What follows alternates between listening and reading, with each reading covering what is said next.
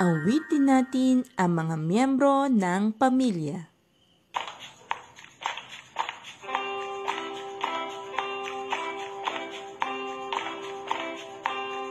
Kaming may pamilya sa aming tahanan.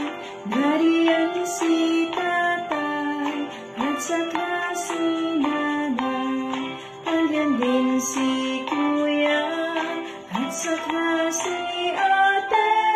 Nariyan si bunso sa amin na bumubuo.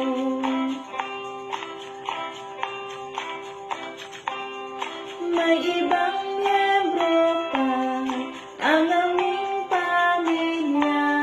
Nariyan si Lolo at saka si Lola. Nandiyan din si Tito at saka si